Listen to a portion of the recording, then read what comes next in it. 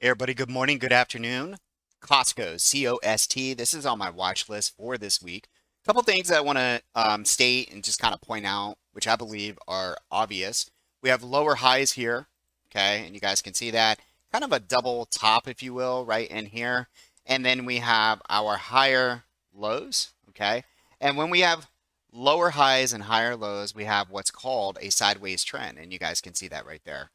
Couple things to point out as far as my indicators are concerned. We've gone from red to white to red, and now we're green momentum. And basically, what that's showing is that the EMAs are crossing over, they're pointing up, and things look good.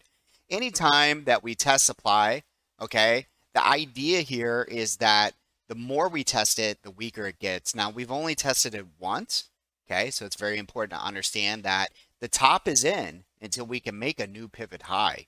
So I'd really like to see prices bid above 532. That would be a great sign that we could continue into the 25% of that supply zone, which is 537, and then 50% of it, which is 542. When we go to the lower time frame, which is going to be your daily, I like the rounding bottom here. You can see that it's holding the cloud. That's positive. You can see that we're above the 200 SMA. I'm not a big fan of the darker blue because that means the buying pressure has laid off a little bit, but sometimes this can be just a tad bit behind.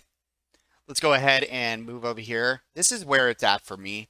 The 4 hour is rounding very nicely. You can see my automated levels have worked really well. Remember, levels to the downside are automated demand zones, and then we have a supply zone up here. What I'd be looking for is that I would prefer to buy FedEx at 517 and or around 510. However, if I'm going to buy it on the move up, it needs to bid at around last week's high, so around 525-ish.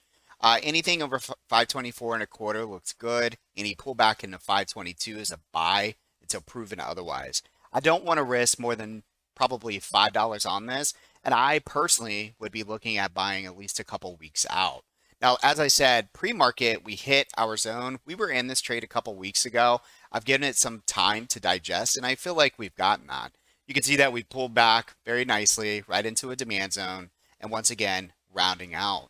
What I'll be looking for tomorrow is getting us into the trade above the PMZ. And again, the PMZ looks like this. You guys know that. It's an automated level. If we can go a bit above it, we'll check out the risk. And if it looks good, we'll be taking that trade to the upside. I can't wait to trade with you guys tomorrow. If you have any questions, let me know. If you like the video, please give it a like and please retweet it as well. Take care.